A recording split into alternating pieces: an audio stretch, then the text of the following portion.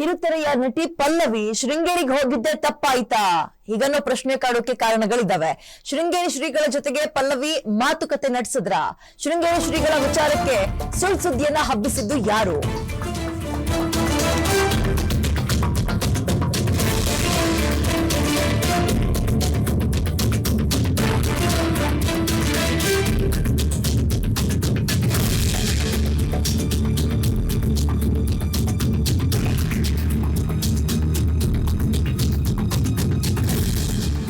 ಶೃಂಗೇರಿ ಶ್ರೀಗಳ ವಿಚಾರದಲ್ಲಿ ಸುಳ್ಳು ಸುದ್ದಿ ಹಬ್ಬಿಸಿದ್ದು ಯಾರು ಮತ್ತು ಯಾಕೆ ಅನ್ನೋ ಪ್ರಶ್ನೆ ಕಾಡುತ್ತೆ. ನೋಡಿ, ನಟಿ ಪಲ್ಲವಿ ಬಗ್ಗೆ ಶೃಂಗೇರಿ ಶಾರದಾ ಪೀಠದ ಸ್ಪಷ್ಟನೆ ಏನಪ್ಪಾ ಅಂದ್ರೆ, ಕಿರುತೆರೆ ನಟಿ ಪಲ್ಲವಿ ಮತ್ತಿಘಟ್ಟ ಶೃಂಗೇರಿಗೆ ಭೇಟಿ ಕೊಟ್ಟಿದ್ದೆ ತಪ್ಪಾಯ್ತಾ ಅನ್ನೋ ಪ್ರಶ್ನೆ ಇದೆ. ಯಾಕೆ ಇಷ್ಟೆಲ್ಲಾ ಪೀಠಿಕೆಗಳನ್ನ ಹಾಕ್ತಾ ಇದೀವಿ ಅಂದ್ರೆ, ಇದೀಗ ಶೃಂಗೇರಿಯ ಶ್ರೀಗಳು ಈ ಸುಳ್ಳು ಸುದ್ದಿ ಹಬ್ಬಿಸಿದವರ ವಿರುದ್ಧ ಕಿಡಿಕಾರ್ತಾ ಇದ್ದಾರೆ. ಹಾಗಾದ್ರೆ ಇವರು ಶೃಂಗೇರಿಗೆ ಹೋಗಿದ್ದಕ್ಕೂ ಶ್ರೀಗಳ ಜೊತೆಗೆ ಮಾತುಕತೆ ನಡೆಸಿದ್ರ ಅನ್ನುವ ಅನುಮಾನ ಬರೋದಕ್ಕೂ ಈ ಸುಳ್ಳು ಸುದ್ದಿಯನ್ನ ಹಬ್ಬಿಸಿದಾದ್ರು ಯಾಕೆ? ಹಾಗಾದ್ರೆ ನೋಡ್ತಾ ಹೋಗೋಣ. ಶಾರದಾಂಬೆಯ ದರ್ಶನವನ್ನ ಕಿರುತೆರೆಯ ನಟಿ ಪಲ್ಲವಿ ಮತ್ತಿಘಟ್ಟ ಪಡೆದುಕೊಂಡಿರ್ತಾರೆ. ಶ್ರೀಗಳನ್ನ ಭೇಟಿ ಮಾಡಿದ್ದಾಗಿ ಇದೇ ಪಲ್ಲವಿ ಹೇಳ್ಕೊಂಡಿರ್ತಾರೆ. ನಟಿಯ ಶೃಂಗೇರಿ ಭೇಟಿ ಕುರಿತು ಕೆಲವು ಮಾಧ್ಯಮಗಳಲ್ಲಿ ವದಂತಿ ಹಬ್ಬಕ್ಕೆ ಶುರುವಾಗುತ್ತೆ. ಈ ರಿಪೋರ್ಟ್ ಅಪ್ಪಟ ಸುಳ್ಳು ಅಂತ ಈಗ ಶೃಂಗೇರಿ ಶ್ರೀಮಠದಿಂದ ಸ್ಪಷ್ಟನೆ ಕೂಡ ಸಿಗ್ತಾ ಇದೆ.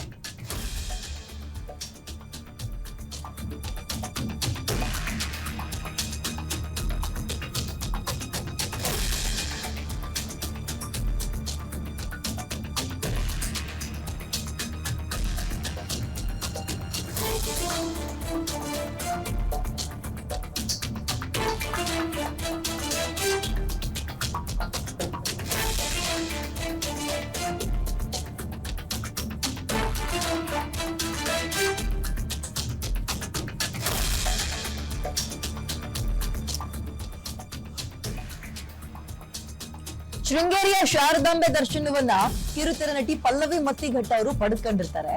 ಆ ಸಂದರ್ಭದಲ್ಲಿ ಶ್ರೀಗಳನ್ನ ಭೇಟಿ ಮಾಡಿದ್ದಾಗಿ ಕೂಡ ಹೇಳ್ಕೊಂಡಿರ್ತಾರೆ. ನಟಿಯ ಶೃಂಗೇರಿ ಭೇಟಿ ಕುರಿತು ಕೆಲವು ಮಾಧ್ಯಮಗಳಲ್ಲಿ ವದಂತಿ ಹಬ್ಬಕ್ಕೆ ಶುರುವಾಗುತ್ತೆ. ಈ ವರದಿ ಅಪ್ಪಟ ಸುಳ್ಳು ಅಂತ ಇದೀಗ ಶೃಂಗೇರಿ ಶ್ರೀಮಠದಿಂದ ಸ್ಪಷ್ಟನೆ ಸಿಗ್ತಾ ಇದ್ದು, ಶ್ರೀಗಳ ಜೊತೆಗೆ ಪಲ್ಲವಿ 1 ಗಂಟೆಗೂ ಹೆಚ್ಚಿನ ಕಾಲ ಮಾತು ನಡೆಸಿದ್ದಾಗಿ ವರದಿ ಮಾಡಿದವ ಕೆಲವು ಮಾಧ್ಯಮಗಳು. ಈ ವರದಿಗಳನ್ನ ಸ್ಪಷ್ಟವಾಗಿ ಅಲ್ಲಗಳೆದಿದ್ದಾರೆ ಶೃಂಗೇರಿ ಶ್ರೀಮಠ. ಶ್ರೀಗಳು ಭಕ್ತರಿಗೆ ಕೇವಲ ಸಾರ್ವಜನಿಕ ದರ್ಶನವನ್ನ ಮಾತ್ರ ಕೊಡ್ತಾರೆ. ಅದನ್ನ ಬಿಟ್ಟು ಪ್ರತ್ಯೇಕ ಮಾತುಕತೆ ಯಾರ ಜೊತೆಯೂ ಯಾವತ್ತೂ ಕೂಡ ನಡೆಸೋದಲ್ಲ.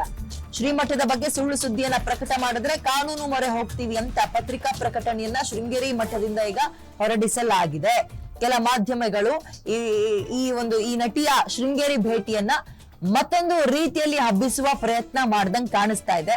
ಇದಕ್ಕೆ ಸಂಬಂಧಪಟ್ಟಂತೆ ಅಂಡ್ ಇವರು ಕೂಡ ಈ ಪಲ್ಲವಿ ಅಂತ ಏನ್ ಹೇಳ್ತಾ ಇದ್ರು, ಪಲ್ಲವಿ ಮತ್ತಿಘಟ್ಟ ಶ್ರೀಗಳನ್ನ ಭೇಟಿ ಮಾಡಿದಾಗ ಕೂಡ ಹೇಳ್ಕೊಂಡಿದ್ರಂತೆ. ಹಾಗಾಗಿ ಒಂದಕ್ಕೊಂದು ಲಿಂಕ್ ಆಗಿದೆ, ಸಿಂಕ್ ಹೆಂಗೆಂಗೋ ಕೊಟ್ಟಿದ್ದಾರೆ. ಬಟ್ ಈಗ ಶೃಂಗೇರಿ ಮಠದಿಂದ ಸ್ಪಷ್ಟನೆ ಬರ್ತಾ ಇರುವಂತದ್ದು, ಶ್ರೀಗಳು ಸಾರ್ವಜನಿಕವಾಗಿ ಎಲ್ಲರನ್ನು ಮಾತನಾಡಿಸುವ ಅಥವಾ ದರ್ಶನ ಕೊಡುವ ಕೆಲಸ ಮಾಡ್ತಾರೆ ಹೊರತು ಪ್ರತ್ಯೇಕವಾಗಿ ಯಾವತ್ತೂ ಯಾರ ಜೊತೆಯೂ ಮೀಟಿಂಗ್ ಆಗಿಲ್ಲ, ಮಾತುಕತೆ ನಡೆಸಿಲ್ಲ, ಸಿಕ್ಕಿಲ್ಲ ಅನ್ನೋದನ್ನ ಸ್ಪಷ್ಟನೆ ಕೊಡ್ತಾ ಇದ್ದಾರೆ. ಹಾಗಾದ್ರೆ ಈ ಸುಳ್ಳು ಸುದ್ದಿ ಹಬ್ಸೋಕೆ ಕಾರಣ ಏನು? ವದಂತಿ ಹಬ್ಸಿದ್ ಯಾರು? ಅವ್ರ ಉದ್ದೇಶ ಏನಾಗಿತ್ತು? ಹಾಗಾದ್ರೆ